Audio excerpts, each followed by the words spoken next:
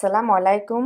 আমি আপনাদের জন্য আজকে ছোট্ট একটা রেসিপি নিয়ে আসছি। যেহেতু সামনে রমজান, এই রমজানের জন্য আমি খুব একটা মজাদার রেসিপি নিয়ে আসছি। রেসিপিটা হলো পাউরুটির আলুর চপ। কীভাবে করব আমার সাথে থাকুন, দেখতে থাকুন। বিসমিল্লাহ। আমি এখানে আলুগুলা সিদ্ধ করে নিয়েছি এবং ভালো করে এটা গ্রেট করে নিয়েছি। এখন দিয়ে দিলাম কতগুলা ধনিয়া পাতা, কাঁচামরিচ এবং শুকনো মরিচের গুঁড়া, দিয়ে দিলাম পেঁয়াজ কুচি। এখন দিয়ে দিব এখানে কিছু গরম মশলার গুঁড়া, যেটা নিয়ে আমরা কাবাবের গুঁড়া বলি, ধনিয়ার গুঁড়া এবং জিরার গুঁড়া অল্প অল্প করে দিয়ে নেবেন, বেশি দিতে হবে না। এখানে একটা ভাজা ডিম দিয়ে দিলাম। এই ডিমটা দিলে এই আলুর চপের স্মেলটা অনেক মজা হয়, খুব সুস্বাদু হয়। আমি হাতের সাহায্যে এটা ভালো করে মেখে নিচ্ছি। আপনারা তো অনেকভাবে অনেক রকমের আলুর চপ বানিয়ে খেয়েছেন। এই আইটেমটা অবশ্যই আপনাদের, আমি মনে করব এটা অনেক নতুন, এবং আপনারা অবশ্যই এই রমজানে এটা খেয়ে দেখবেন। খুব সুস্বাদু, খুবই মজাদার হবে ইনশাল্লাহ। আমি এটা এখানে পরোটি নিয়ে নিলাম, নিয়ে দেখুন সাইডগুলো আমি সুন্দর করে কেটে নিচ্ছি। একটা বেলুনের সাহায্যে এটা হালকা করে আমি একটু বেলে নিচ্ছি। এভাবে বেলে নিলে আপনি যখন এটা দিয়ে শেপ করবেন তখন খুব সুন্দর হবে। এই সাইডগুলো আমি একটু ব্লেন্ডার করে গুঁড়ি করে নিব।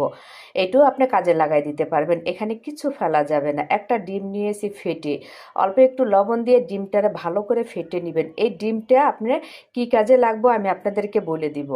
এখন আমি যে পরোটিটা, আপনারা সবগুলো পরোটি এভাবে বেলে নিয়ে আমি যে সাইডগুলো দেখছেন না হলুদগুলা, এগুলো ডিম দিয়ে দিয়েছি। দিয়ে আমি এখন মাঝখানটা পুরটা দিয়ে দেখুন কিভাবে ডিমটা দিলে, এটা চাপ দিলে সুন্দর মতন একদম চুমুকের মতন লেগে যায়, দেখুন একটু না বের হয় না। এখন আইসক্রিমের শেপের মতন আমি এটা করব, কাঠি দিয়ে দিলাম। এটা দেখতে যেমন সুন্দর, খেতেও খুব দুর্দান্ত। সাইডগুলো আমি সুন্দর করে বন্ধ করে দিলাম। ঠিক এইভাবে আপনিও করে নেবেন। এটা বেশি সময় লাগে না, মাত্র 5 মিনিট সময় লাগে। এখানে আমার যে পরোটির সাইডগুলো আমি সুন্দর করে ব্লেন্ডার করে গুঁড়ি করে নিয়েছি। এখন আমি সবগুলো বানানো শেষ।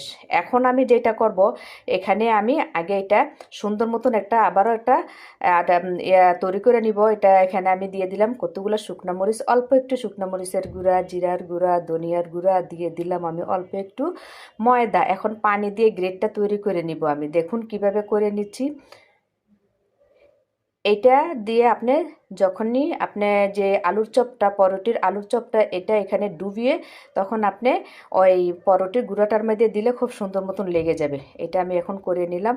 এখন দেখুন কিভাবে, এই যে দেখুন আমি উল্টায় পাল্টায় দিচ্ছি।